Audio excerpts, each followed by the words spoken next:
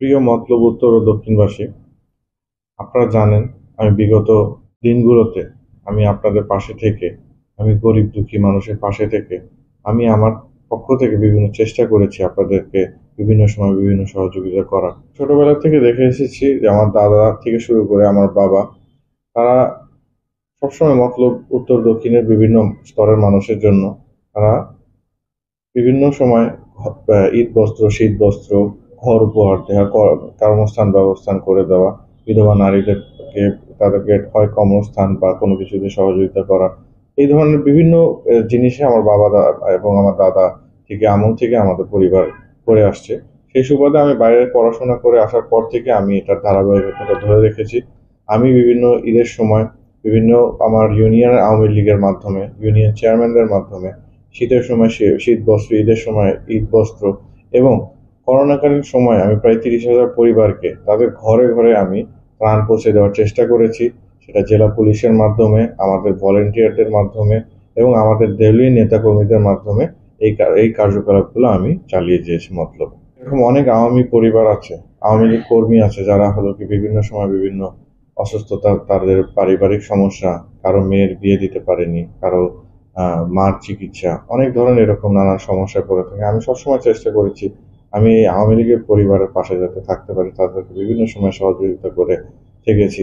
আমি মতলবে যে কাজগুলো করেছি, আমি আসলে আওয়ামী লীগকে ভালোবেসে করেছি। কোনো পদ পদবি ছিল না আমার, এবং আমার কোনো পদ পেয়েছি বলে আমি যে করেছি তা না। আমি বিগত দিনে আমি মন থেকে আওয়ামী লীগকে ভালোবেসে মানুষের জন্য সেবা করেছি, মানুষের পাশে থেকেছি এবং আমি এটা কোনো কিছুর বিনিময়ও করিনি।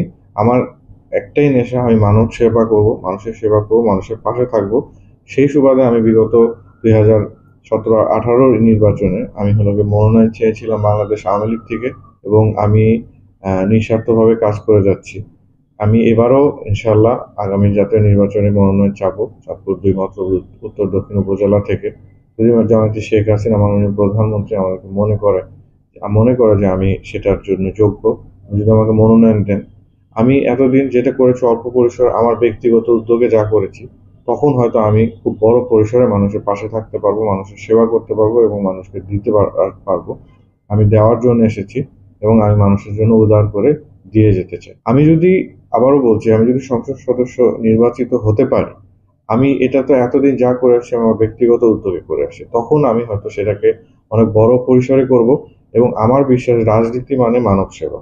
আমি এতদিন যেটা করে আসছি ব্যক্তিগতভাবে মানব সেবা করে আসছি, তখন আমি দলের একজন প্রতিনিধি হিসাবে মানুষের সেবা করব। সেই সেবা আমি মানুষের ঘরে ঘরে, মানুষের দুয়ারে দুয়ারে পৌঁছে দেবো ইনশাআল্লাহ। আমরা যারা আওয়ামী লীগ করি আমাদেরও দায়িত্ব আছে। আমি আমি ব্যক্তিগতভাবে সেই দায়িত্ববোধ থেকে শুধুই আমাদের নেত্রী করবে আমরা করব না, এটা তো হতে পারে না।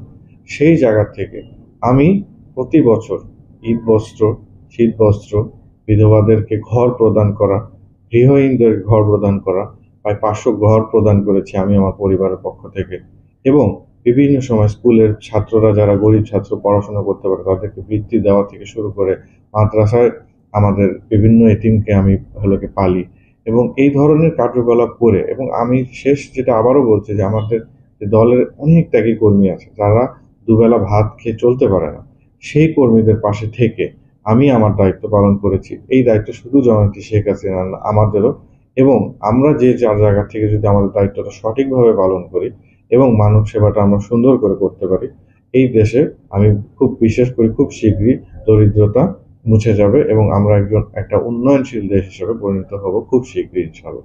আপনারা সবাই জানেন যে এখন বর্তমান বাংলাদেশের যে পরিস্থিতি, বিভিন্ন মহল উঠে পড়ে লেগেছে যে বহির্বিশ্বের সাথে আমাদের এই সম্পর্কটা নষ্ট করার জন্য আমাদের সরকারের সাথে। এরকম একটা সময়, এরকম একটা ক্রিটিক্যাল সময় মাননীয় প্রধানমন্ত্রী জননেত্রী শেখ হাসিনা আমাকে বাংলাদেশ আওয়ামী লীগের কেন্দ্রীয় আন্তর্জাতিক বিষয়ক উপকমিটির সদস্য করায় আমি মাননীয় প্রধানমন্ত্রীকে কৃতজ্ঞতা এবং ধন্যবাদ জানাচ্ছি।